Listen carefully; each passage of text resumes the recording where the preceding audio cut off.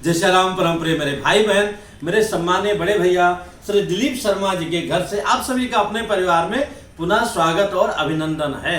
आज हम पौष महीने के कृष्ण पक्ष की सफला एकादशी के बारे में निवेदन करने जा रहा हूं, जो इस बार जो है 30 दिसंबर 2021 को हम लोगों को प्राप्त हो रही है। कह सकते हैं ये जो अंग्रेजी वर्ष है ना, इसकी जय जय श्री राम अंतिम एकादशी व्रत है। हर एकादशी व्रत हमें अवश्य करना चाहिए और ये तो जय जय श्री राम आज की दुनिया जो है इसी वर्ष को ज़्यादा महत्वपूर्ण मानती है, इसलिए समापन वर्ष का जो है लाभ हमें लेना चाहिए। और जैसा कि नाम है सफला एकादशी व्रत, तो हर मनोरथ को सफल करने वाली ये दिव्यतम व्रत हम लोगों को प्राप्त हो रही है। इसकी विधि मैं बताता हूँ, अवश्य कीजिएगा। इस एकादशी व्रत का पारण अगले दिन कह सकते हैं शुक्रवार 31 दिसंबर को प्रातः 7:15 बजे से लेकर के 9:15 बजे के अंदर करना उत्तम रहेगा। और देखिए ना कितना अच्छा अवसर है। महाराष्ट्र में, साउथ में मार्गशीर्ष महीने के गुरुवार का बड़ा महत्व होता है और वहाँ अमावस्या पर्यंत महीना माना जाता है। तो उस दृष्टि से अमावस्या को जो है यहाँ पर पूर्ण होता है। तो अभी महाराष्ट्र का मार्गशीर्ष महीना ही चल रहा है, पर उत्तर भारत की दृष्टि से देखेंगे तो पौष महीना का कृष्ण पक्ष चल रहा है। और इस महीने में हर गुरुवार के दिन माता महालक्ष्मी जी की विशेष उपासना और आराधना की जाती है।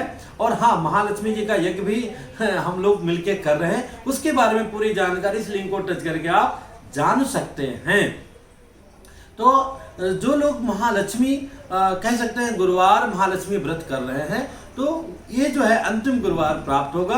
तो सोने में सुहागा है, जहां लगभग पूरी दुनिया जो अंग्रेजी महीने को मानती है और कुछ जिनकी बुद्धि भ्रमित हो गई, अपने भारतीय भी जय जय श्री राम 30-31 से लेकर पगला जाएंगे। वहीं पर जो है हमारे जो भक्तजन हैं, जो हिंदू संस्कृति को मानते हैं, अपना कल्याण करना चाहते हैं, इस सफला एकादशी का व्रत करके अपना लोक और परलोक दोनों सफल कर लेंगे।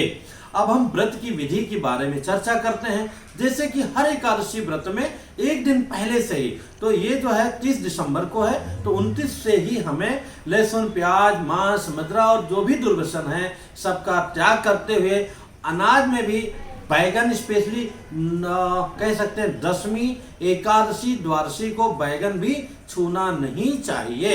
तो बैगन, मसूर की दाल, कुनरू और चावल स्पेशली निषेध माना गया है। उसमें भी जो है बैगन सबसे ज़्यादा महत्वपूर्ण और कुनरू और मसूर की दाल को महत्व दिया गया। लहसुन, प्याज ये सब तो बिल्कुल जय जय श्री राम ये बाउंड्री के बाहर से ही पहले से ही चले जाते हैं। तो दशमी को हमें सात्विकता से रहना है। एकादशी 30 दिसंबर को प्रातः उठकर आसपास कोई नदी है, जलाशय है, तो वहाँ जाके स्नान करना चाहिए। घर में भगवान श्रीमन नारायण जी का, माता महालक्ष्मी जी के साथ में, और पुनः मैं रिपीट कर रहा हूँ कि गुरुवार जो लोगों ने व्रत किया है उनके लिए तो सोना में सुहागा इस बार प्राप्त हो रहा है। पर हाँ, अगर वो खीर बनाएंगे मैया को भोग लगाने के लिए, हालांकि माता जी को चावल का खीर बना के भोग लगाने में कोई दोष नहीं है, पर चूंकि वो प्रसाद भक्तजन लेते हैं इसलिए जो है वो हमें उसका चावल के खीर का भोग नहीं बनाना है। खीर बनाना है तो पंचमेवा ड्राई फ्रूट्स का खीर बना सकते हैं। जो भी देवियां आएंगी, महालक्ष्मी स्वरूपा, जिनको हल्दी कुमकुम किया जाता है, फल दिया जाता है, फूल दिया जाता है, सुहाग की सामग्री दी जाती है, अथवा जिसकी जैसी कैपेसिटी रहता है, और कम से कम पुष्प तो हर व्यक्ति देता है जो माँ को बहुत बहुत ही प्रिय है। वेणी देता है, जैसी स्थितियां बनती हैं। तो हमें प्रातः उठ करके आसपास कोई तीर्थ नदी हो वहाँ स्नान करके आना चाहिए। जिसे मैं बार बार बोलता हूँ कि हमें रेगुलर मंजन नहीं करना चाहिए, रेगुलर ब्रश यूज नहीं करना चाहिए, नेल पॉलिश, लिपस्टिक इसका प्रयोग नहीं करना चाहिए, और आफ्टर शेव ये सब भी प्रयोग नहीं करना चाहिए। पुरुषों को भी सत्य का पालन करना चाहिए। मध्याह्न काल में अथवा संध्या वेला में आप कुछ और विशेष पूजन नहीं कर सकते हैं, तो श्री सत्यनारायण का पूजा कर सकते हैं, अथवा अपने घर के लड्डू गोपाल जी, राम जी, कन्हैया जी, दत्तात्रेय जो भी भगवान हैं उनको उस दिन पंचामृत से स्नान करा के, पुनः शुद्ध जल से स्नान करा के, और उनको चंदन और तुलसी दल अधिक से अधिक अर्पण करके, और जो मान लिया आपके यहाँ कन्हैया नहीं तो गणेश जी का ही विशेष पूजा कर लीजिए, कोई बात नहीं है, सब प्रभु का ही रूप है। लेकिन हाँ, विष्णु भगवान की पूजा का बड़ा महत्व है। संध्या समय कीर्तन करना चाहिए, रात्रि जागरण करना चाहिए, और अगले दिन जैसा कि मैंने बताया कि 7:15 बजे से लेकर के 9:15 बजे के अंदर पारण करना उत्तम रहेगा।